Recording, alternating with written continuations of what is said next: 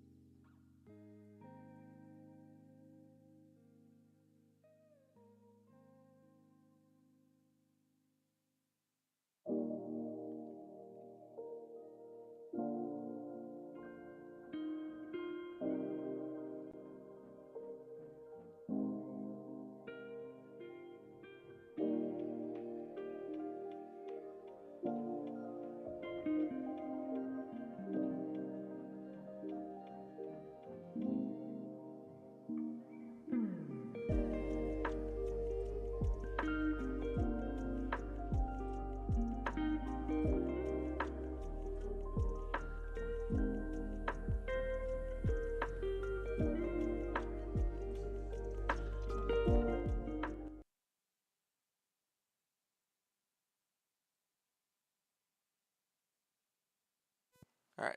Hello, hello, hello. Welcome. Welcome to the stream, all 5 of you. No camera today.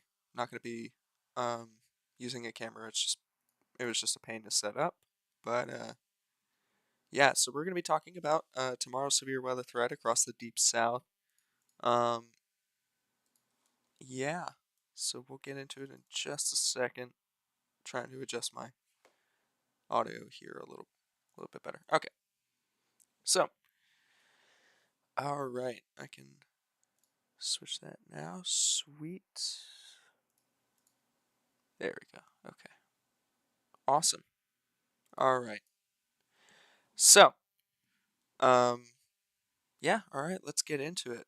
So, at yesterday, or sorry, earlier this morning, the Storm Prediction Center issued a moderate risk for severe weather across the Deep South, including parts of Arkansas, Louisiana, and Tennessee.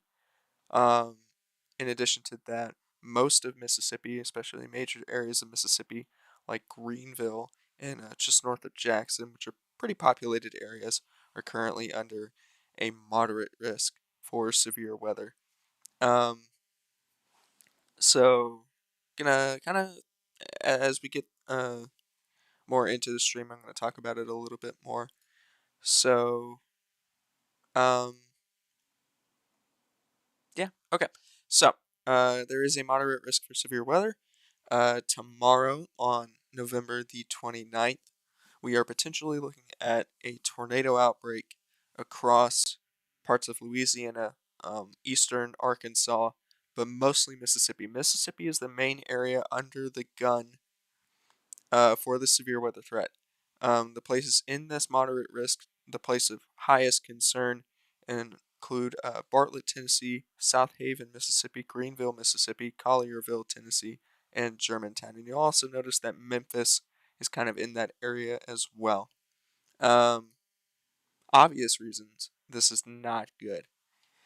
So basically, what we're talking about, we were talking about long track violent supercells capable of dropping strong to potentially even violent tornadoes. Um, Tornadoes are going to be the main threat with these storms, as well as a damaging wind threat. So, um, yeah, long track supercells capable of producing also long track and violent tornadoes. I do believe that we will see several um, EF3 strength tornadoes and above tomorrow. This has very similar parameters to, if you'll remember, a couple of weeks ago, November the 4th, and we had that severe weather outbreak here in Texas instead of Mississippi and Louisiana. We had it here in Texas and Oklahoma. Um, we had several long track tornadoes there as well. In fact, one of them was an EF4. So this is very similar to that. This is also eerily similar to, if you remember, last year, December the 10th, we had a severe weather outbreak across a very similar area. We had a severe weather outbreak across parts of um, Tennessee, including the Memphis area, and um, as well as northeast Arkansas and Kentucky. So, very similar area that we were operating under. Um, and looking at a very similar situation. In fact, the parameters almost seem to be worse um, than last year's severe weather threat. So, sorry, gotta take a breather for just a second. So, let's get into the main threat. So, we are looking at late afternoon initiation, probably around 3 o'clock in the afternoon, 2 or 3 o'clock. Starting to see storms. Initiate kind of along the dry line boundary, which is going to be set up here in DFW, which is why Texas mostly won't be seeing a severe weather threat. However, there is a notable marginal risk here. This is where these storms are going to be firing. They're kind of going to start right here, and then as they move east into this environment, they're going to get ugly. So, yes, real quick, let me check out the. Sorry. Looking this up real quick. So forecast, where is it? Surface weather. I believe that's it. No.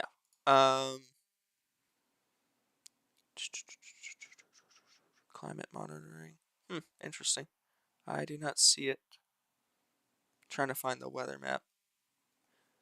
Let me go to DFW. I think DFW has it.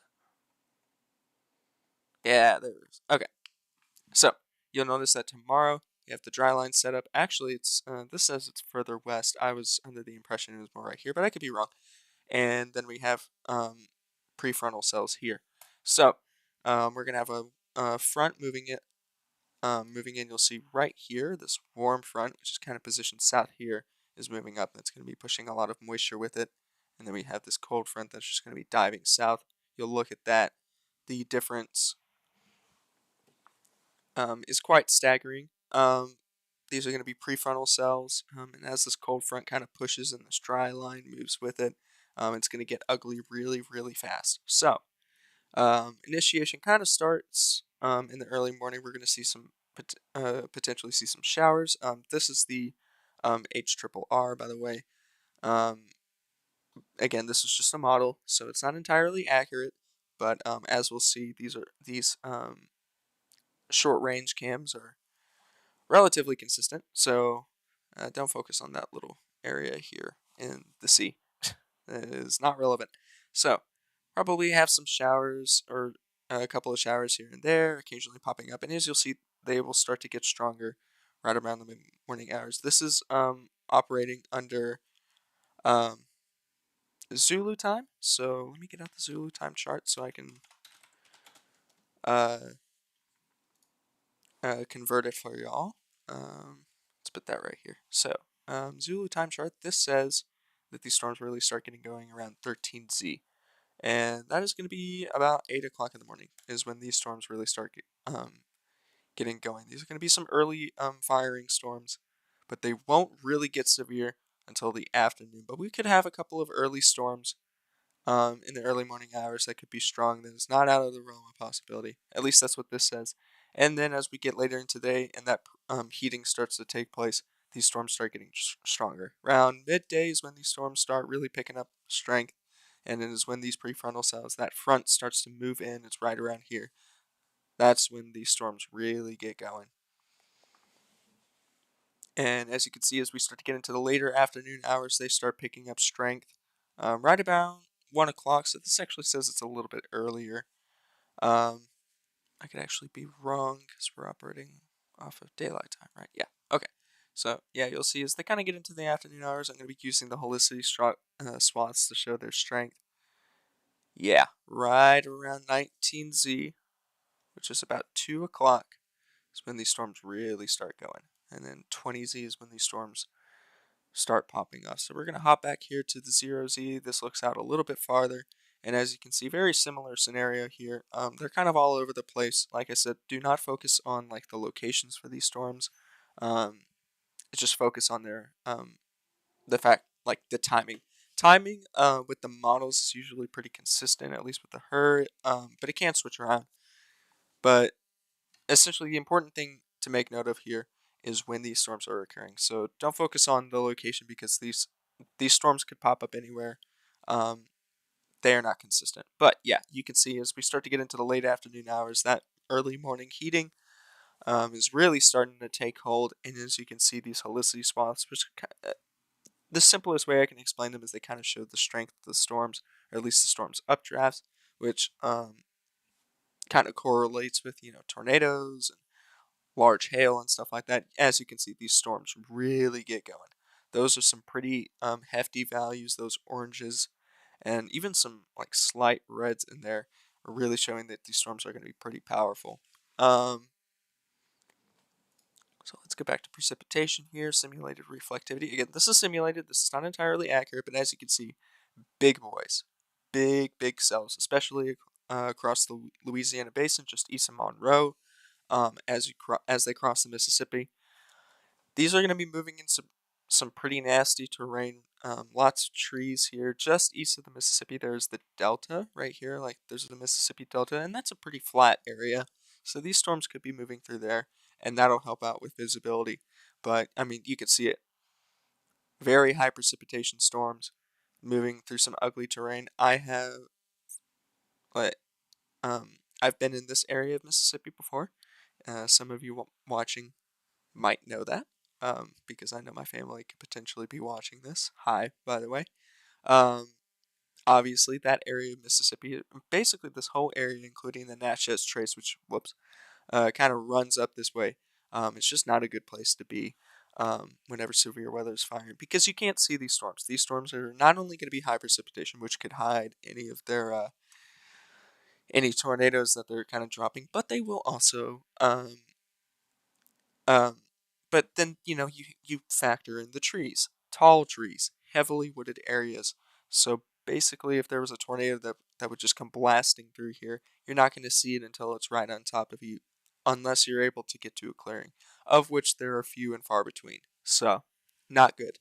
And some of these storms can be taking place at night, but I'm getting a little ahead of myself, so we'll talk about that in a bit. And we also have some severe storms popping up here um, in Alabama. That is a threat as well, but it is mostly Mississippi that is under the gun, at least according to the Storm Prediction Center. So let's continue as we get into the late afternoon hours. These storms are getting ugly. They're moving through some pretty populated areas. Jackson is under the gun. Greenville is up here, and then you have Tupelo and Oxford and all these areas. They're under the gun. You could see multiple rounds of violent storms. All of these could be tornado borne. It's just not going to be a good day. Um, and then as we get into the afternoon hours, there's that front right there. It's starting to move in, and this line quickly goes linear and moves into Alabama. And that is an ugly looking linear line. Um, this is where the similarities between the outbreak that happened in just a couple of weeks ago, and this one kind of show up. These storms are high precipitation, they're messy modes, they're kind of connected, they're interfering with each other, which may help tamp down the tornado threat, but I doubt it. Um, and then they quickly upscale growth into a line segment. And as you can see, O5Z is midnight here. So these storms are going to continue going into well after midnight, and like I said, multiple rounds. Heavy rain, flash flooding is a concern with these storms as well. Keep that in mind. So even if you don't see a tornado, you definitely don't want to be driving on these roads because these roads are going to be flooded. I've seen Mississippi roads; they are very prone to flooding. They are not that high up off the ground, and a lot of them go over these streams and these gullies and these fields. A lot of farming fields, especially up here in northeastern Mississippi, a lot of farming fields, a lot of areas to flood. And it goes quickly linear and pushes down into Florida, and then it kind of peters out. So that's just one model. Let's talk about the RAP, the RAP. Um, Very similar mode. Lots of hefty storms. These are storms.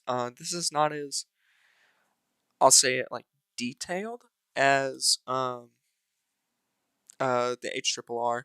Um, but that's not necessarily a bad thing because this is not entirely accurate.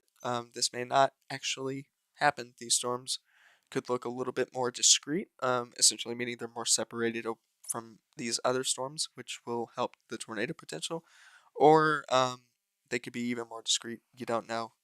It's just kind of hard to tell.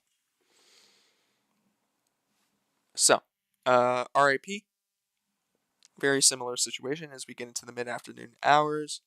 Right around 3 o'clock, these storms really start going. And if I were to look at convective products, helicity, yeah, not good. Trying to find.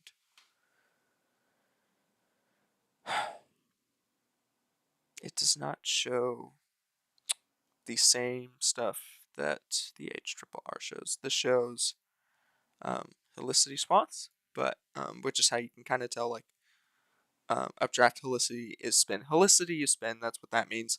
So this is spin in the atmosphere instead of spin in the storms, which is what updraft helicity. So it doesn't have that, but we can look at the significant tornado parameter. That's usually pretty accurate, and yeah, ugly, ugly.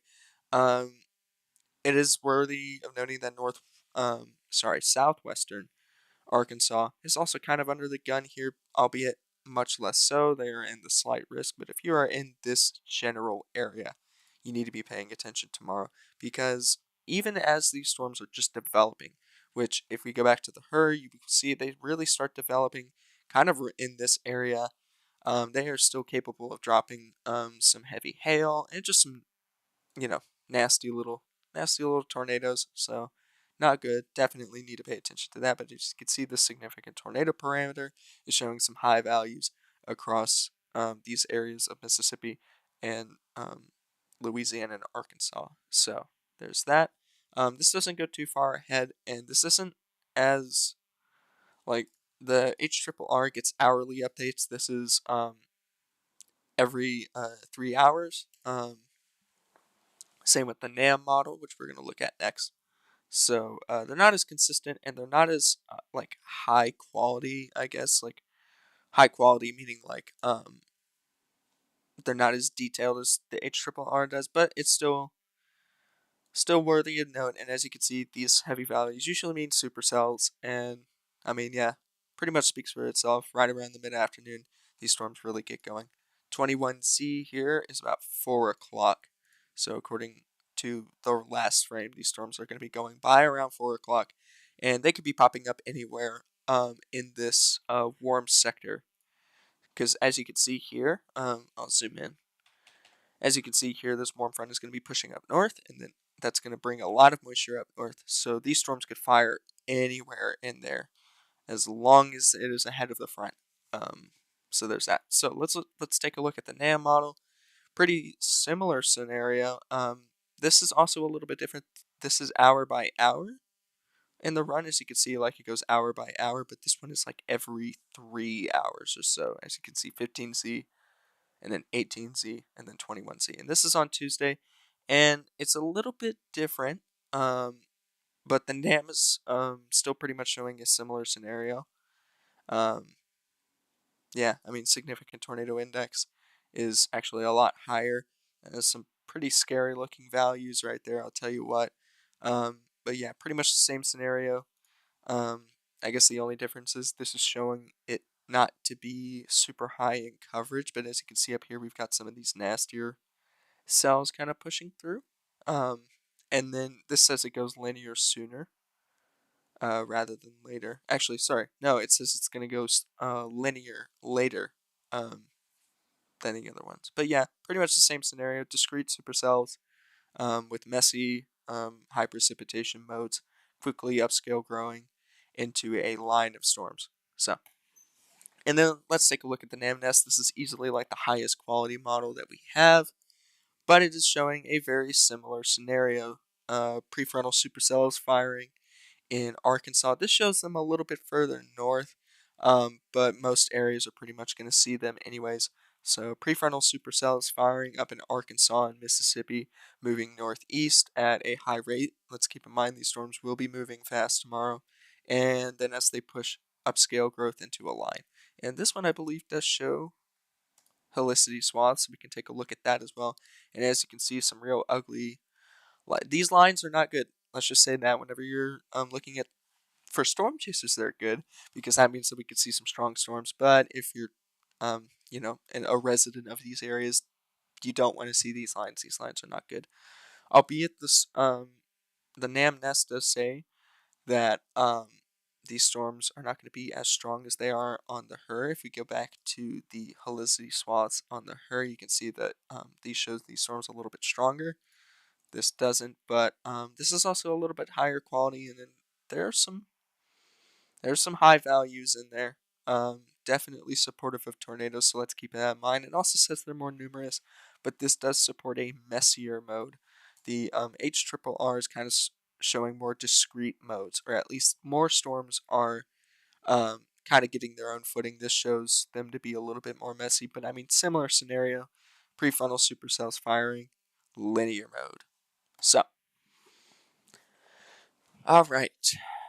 So let's take a look at the Euro model as well. This is another like relatively high quality model, I'll say.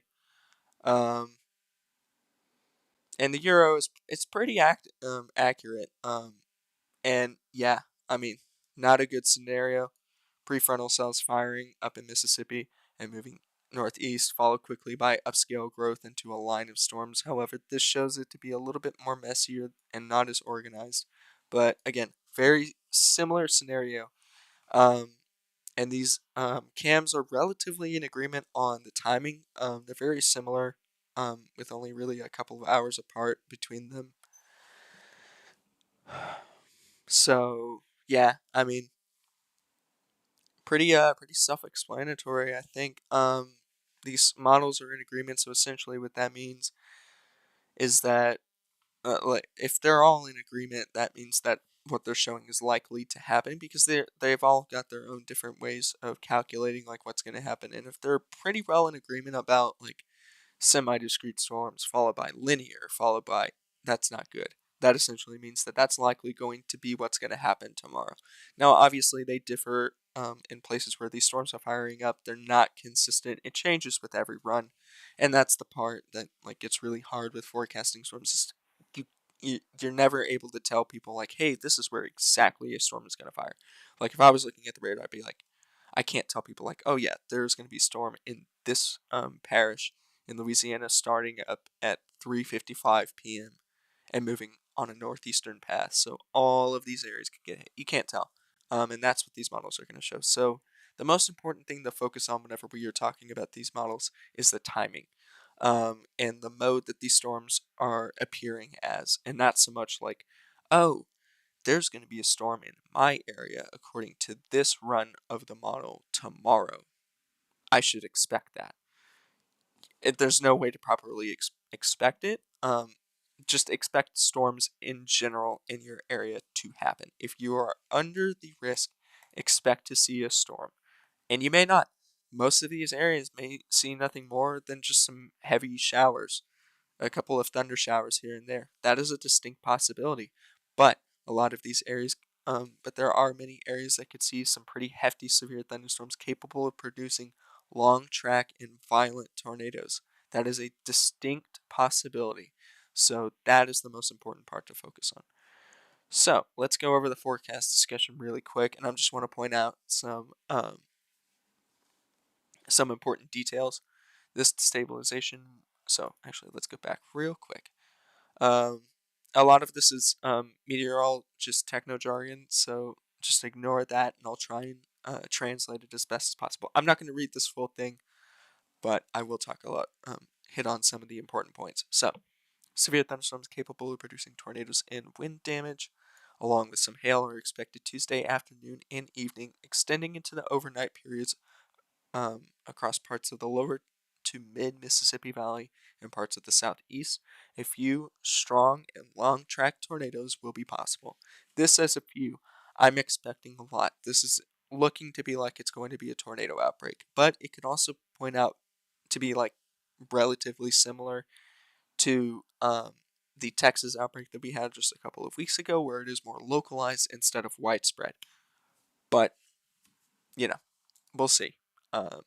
That's kind of the X factor here.